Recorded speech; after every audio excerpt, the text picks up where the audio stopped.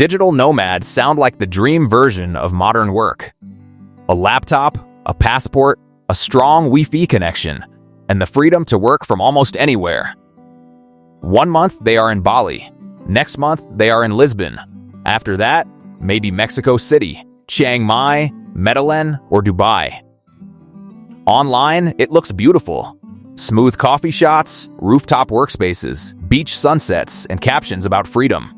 But behind the travel videos and work from paradise lifestyle, one question is becoming louder. Are digital nomads helping cities or hurting them? The answer is not simple. They are doing both. Digital nomads bring money, energy, business, and global attention to cities. But they can also bring higher rents, cultural tension, and pressure on local communities. To some people, they are a blessing. To others, they are part of a problem that is making their own city harder to afford. And that is where the story gets interesting. Let's start with the good side. When digital nomads move into a city, they spend money. They rent apartments, eat at restaurants, use co-working spaces, buy coffee, take taxis, join gyms, book tours, pay for laundry, and support local services. For many small businesses, this can be very good. A cafe that used to be quiet on weekdays may suddenly become busy with remote workers. A local tour guide may get more clients. A small gym may attract long-term foreign members. Language teachers, drivers, barbers, photographers, designers, and local freelancers may all benefit from this new group of international customers. In cities that depend on tourism, digital nomads can be even more useful than normal tourists. A tourist may stay for 3 days. A digital nomad may stay for 3 months. That means more stable spending. They are not just buying souvenirs and leaving. They are living, working, and spending regularly. Some nomads also bring skills. They may work in tech, marketing, design, writing, consulting, finance, or online business. They join local events, attend startup meetups, teach workshops, and sometimes collaborate with local entrepreneurs. In the best cases, they bring knowledge as well as money. For a city trying to grow, this can look attractive. Instead of waiting for big companies to open offices, the city can attract remote workers who already have income from outside. These people arrive with their own jobs, spend money locally, and make the city look more international. That sounds like a win. But now comes the problem. A city is not just a pretty background for someone else's laptop lifestyle. It is someone's home. This is where digital nomadism becomes complicated. Imagine you are a local resident. You grew up in a neighborhood where your family lives, your friends live, and your favorite food shop knows your order. Then one day, your city becomes popular online. Someone posts a video saying, "This city is so cheap." Another person says, "I live here for half the price of New York." Then, more YouTubers arrive, more bloggers arrive, more remote workers arrive, more foreign renters arrive. Suddenly, the old neighborhood starts changing. The local cafe becomes a laptop cafe. The simple restaurant becomes a trendy brunch spot. The apartment building becomes short-term rentals. The prices go up. The menus change. The language changes. The vibe changes. At first, it may feel exciting. The city is becoming famous. More people are visiting. Business is growing. But after a while, locals start asking a serious question. Is this growth for us or for outsiders?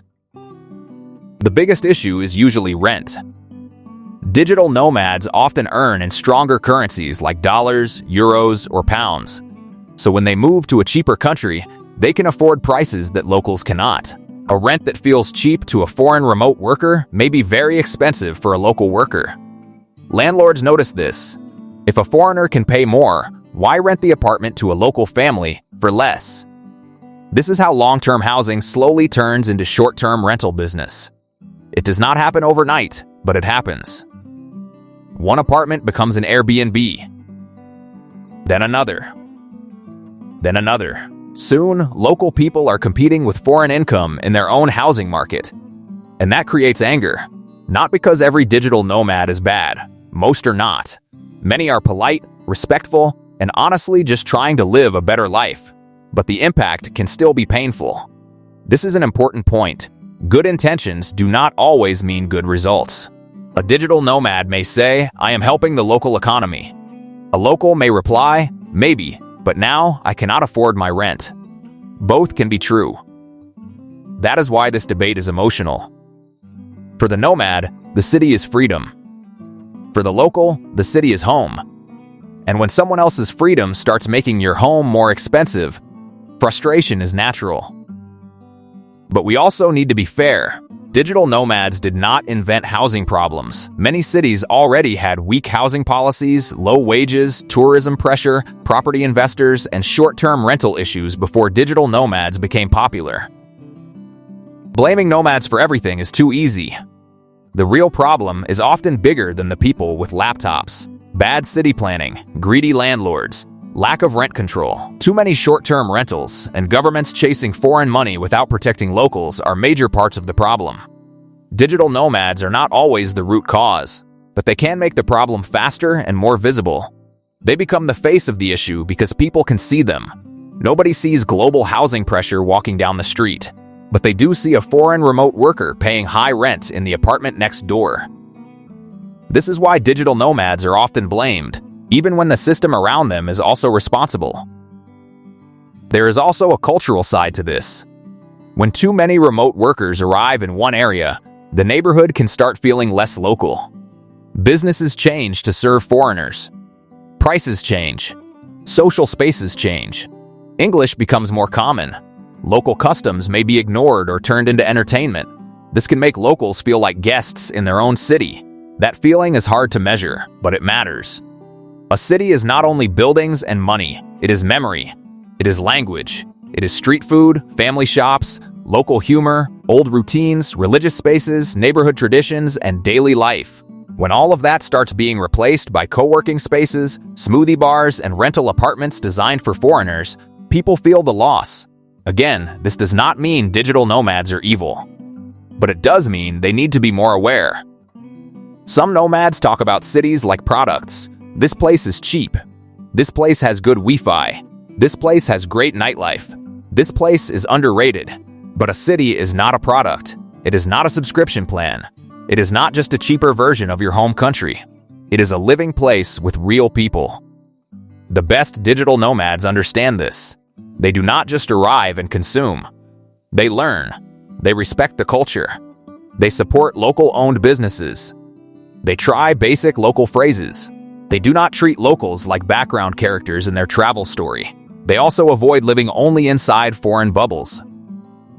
Because that is one of the strangest parts of digital nomad life. Some people travel across the world just to sit in a co-working space with people exactly like them, eat Western food, speak only English, and complain that the local city is not convenient enough. At that point, are you really experiencing the world or just moving your comfort zone to a cheaper location?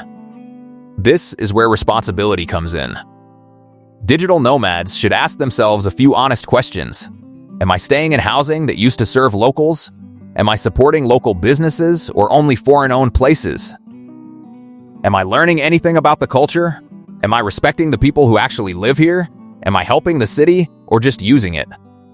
Digital nomadism is not going away. Remote work is now part of modern life, and more cities want foreign income. So the answer is not to hate digital nomads. The answer is to manage them better. Cities need smart rules. They should limit short-term rentals, protect local tenants, and use money from digital nomad programs to support affordable housing. Governments should not only ask, how do we attract remote workers? They should also ask, how do we protect local people? Digital nomads also need more awareness. This lifestyle should not only be about cheap rent, beaches, and freedom. It should also be about respect, culture, and real connection. So, are digital nomads helping or hurting cities? They help when they support local businesses, respect the culture, stay legally, and become part of the community. They hurt when they drive up rents, live in bubbles, and treat cities like playgrounds for people with stronger currencies. The truth is, digital nomads are not heroes or villains. They are part of a changing world. Work has changed. Travel has changed. Cities have changed. But one thing has not changed. Home still matters. Working from anywhere sounds amazing, but anywhere is still someone's home. So what do you think? Are digital nomads helping cities or hurting them? Share your thoughts in the comments. And if you enjoyed this video, like it, subscribe to the channel, and turn on notifications for more videos.